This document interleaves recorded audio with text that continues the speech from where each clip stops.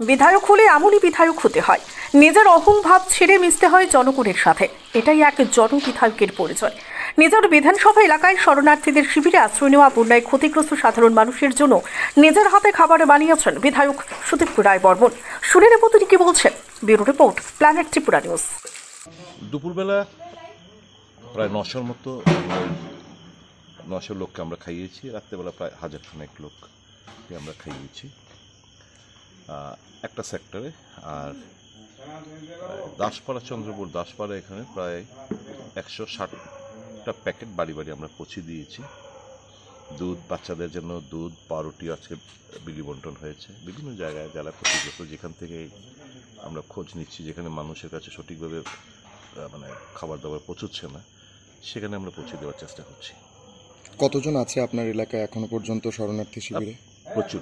এখন তো ধরুন জলের